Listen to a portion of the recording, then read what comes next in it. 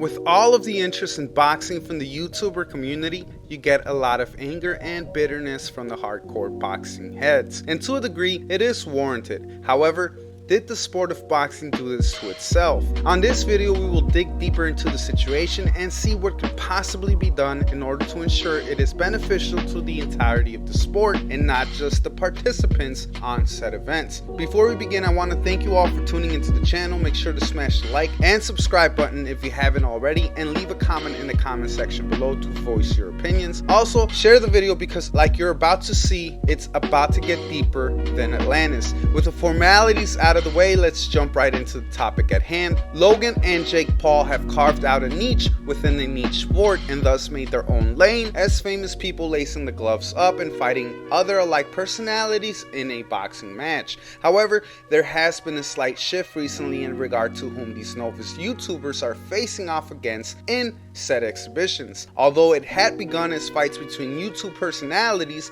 it has evolved into fights against other athletes from different sports, and just recently a legend from the boxing world itself. Many pundits and fans alike are upset, claiming this makes a mockery out of the sport. Others find nothing out of place, seeing as how exhibition bouts and cross-sport boxing contests predate what has currently been flooding the pay-per-view market. However, there are a few folks who claim this is all in direct response to how the best are not facing the best within the sport itself, thus opening up the floodgates for the Jakes and Logan Pauls of the world to swiftly roll in, get their bag, and continue to do so for as long as the best matches possible are not being made and delivered.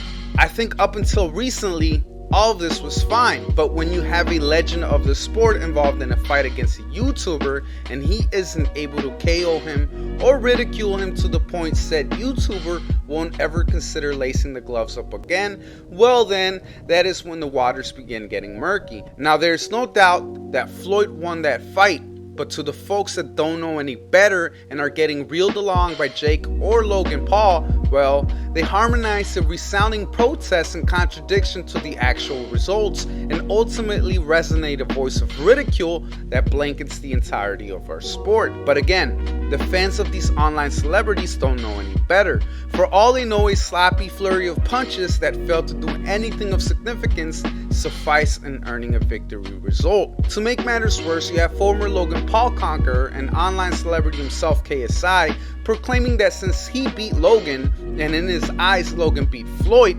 then triangulated theory results in himself being greater than Floyd, an all-time great that worked hard and devoted countless years of his life to achieve his status in boxing. At this point, Floyd did it to himself. In him raking in millions post-retirement, he sold himself out to quote-unquote commit a robbery. What YouTubers and new fans alike fail to realize are the intricacies of boxing, technicalities in terms of weight divisions, and why they are established in the manner in which they are currently. That being a primary culprit behind why Floyd wasn't able to stop Logan, especially since Floyd's consistent hand issues led him to stop producing as many knockouts as he once did in his 130 to 135 pound days. With all that out of the way, let's get down to the meat of the topic. I firmly believe that these exhibition events could graduate from being deemed as mere sideshow spectacles to full-blown mega boxing events. But how so? Well, simple. By placing these exhibition fights as opening acts to the actual mega fights being staged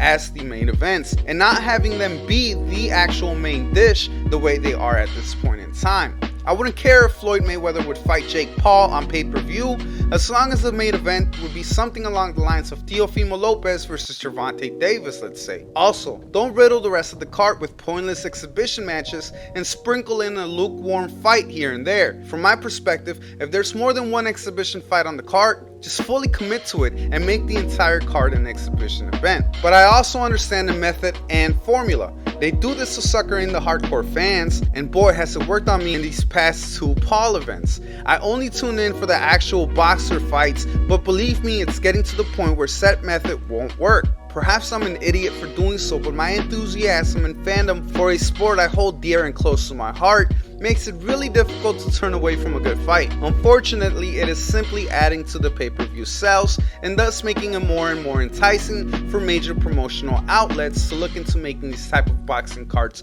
on pay-per-view. And this entanglement is where the issue lies. If we, the consumers, continue to purchase the product presented, regardless of how mediocre it may be, for as long as it makes sense to the promoters. The less purchase transactions occur, the more pressure the promoters will feel because their pockets won't be nearly as full as they have grown accustomed to.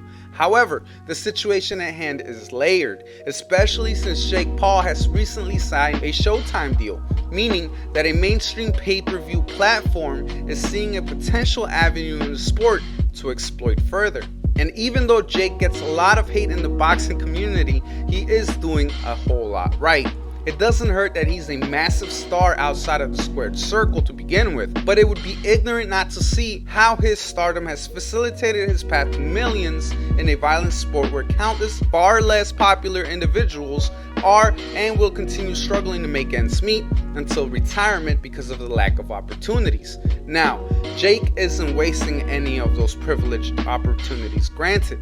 He is disciplined, working hard at his craft, and is looking to perhaps legitimately become a proper boxer. And although it all seems to have stemmed from a cash grab, it is slowly morphing into a potential career. However, that doesn't mean every exhibition boxer has that same state of mind as Jake, whom seems to possess a hunger for more than just an easy payday. And that's where us boxing heads come into play. Listen, sure, Jake and Logan Paul have massive fan bases, as do other celebrities giving boxing a shot recently, but their bases are still relatively young, and that doesn't always translate to ticket sales and pay-per-view purchases. What am I getting at? Well, these exhibition events are beginning to saturate the market, and there will come a point where the fan bases will either mature and grow out of it, lose interest altogether, or genuinely become boxing fans and become much more educated and demand better quality events and fights. And that's why it'd be not only in boxing's best interest to begin actually stacking these type of cards, but in the promoters and platforms as well. Because once the novelty wears off and the product luster fades, the public will be left to witness the actuality of these events in their bare form. And it's extremely lackluster when only one fight out of these events hold any genuine face value to the grand scheme of the sport itself.